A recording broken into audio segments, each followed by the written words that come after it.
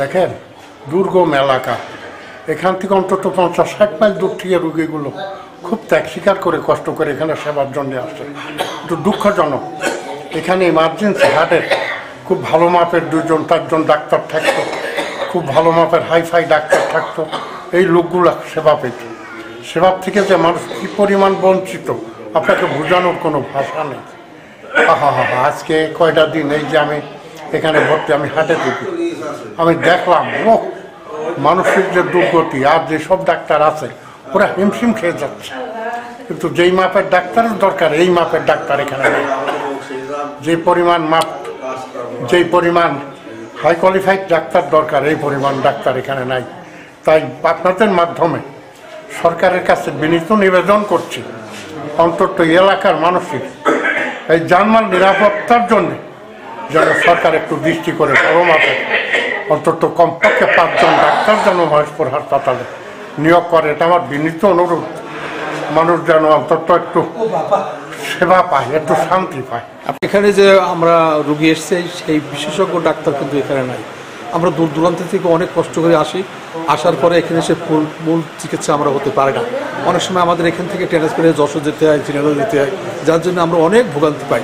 তো আমরা চাচ্ছি আপনাদের মাধ্যম দিয়ে বা সরকার যেন আমাদের এই ভালো ভালো ডাক্তার এখান দিয়ে, বিশেষজ্ঞ ডাক্তার দিয়ে আমাদের জন্য চিকিৎসা করাতে পারে, আমরা জীবনে যে কদিন বেঁচে থাকি সুস্থ থাকতে পারি।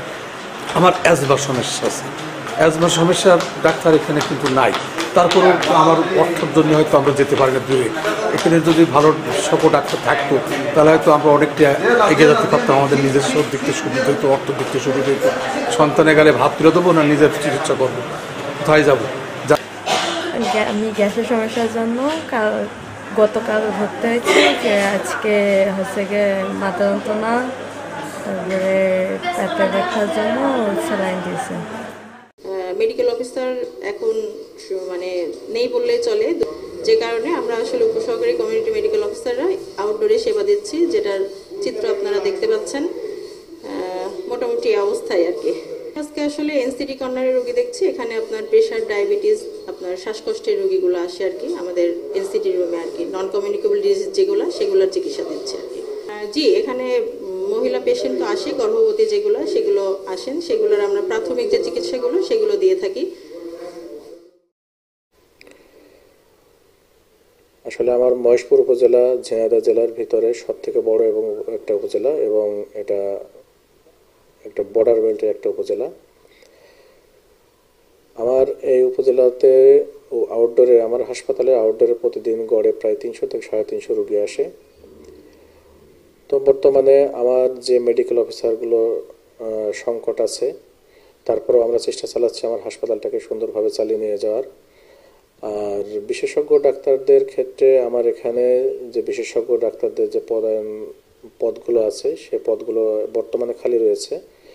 আমরা সবসময় চেষ্টা করে যাচ্ছি যে আমাদের ঊর্ধ্বতন কর্তৃপক্ষের কাছে আমাদের এই সংকটগুলো তুলে ধরছি, এবং আমরা আমাদের আবেদন জানিয়েছি তাদের কাছে যেন তারা অতি দ্রুত আমাদেরকে মেডিকেল অফিসার এবং আমাদের কিছু কনসালটেন্ট দিয়ে আমাদেরকে সহযোগিতা করেন, এবং এই প্রত্যন্ত মানুষগুলোকে যেন আমরা শতভাগ সেবার আওতায় নিয়ে আসতে পারি। আমরা সেই চেষ্টাগুলো করে যাচ্ছি। আমার এখানে দীর্ঘদিন ওটি বন্ধ ছিল, মাঝখানে আমরা কিছুদিন ওটি চালু করতে সক্ষম হই। বর্তমানে আমার অ্যানেস্থেশিয়ান ডাক্তার না থাকার কারণে আমার ওটিটা বর্তমানে আবার আপাতত বন্ধ আছে। তো আশা করছি খুব দ্রুতই আমরা এই সমস্যা থেকে বের হয়ে আসব, এবং আমরা আমার কর্তৃপক্ষের সাথে রেগুলার যোগাযোগ রাখার চেষ্টা করছি, এবং ওনারা আমাদেরকে আশ্বস্ত করছেন অতি দ্রুত আমরা এই সমস্যা থেকে বের হয়ে আসবো, আশা করি ইনশাল্লাহ।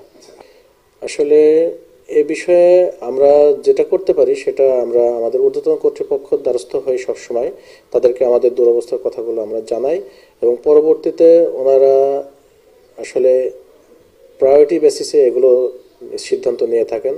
আমাদের দেশে এখন বর্তমানে প্রত্যেকটা হেলথ কমপ্লেক্সে যেমন কনসালটেন্টের পদায়ন আছে, সে অনুযায়ী কনসালটেন্ট মানে অ্যাভেলেবিলিটির উপর ভিত্তি করে ওনারা এগুলো আসলে প্রদান করে থাকেন। ওই যে বললাম যে অ্যাভেলেবিলিটির উপর ভিত্তি করে আপনার এই মানে সমস্যাগুলো সমাধান করে থাকেন ওনারা। তো যখনই আমাদের সমস্ত পদের ডাক্তারগুলো যখন অ্যাভেলেবেল হয়ে যাবে, আশা করি খুব দ্রুত এই সমস্যাগুলো সমাধান হয়ে আসবে।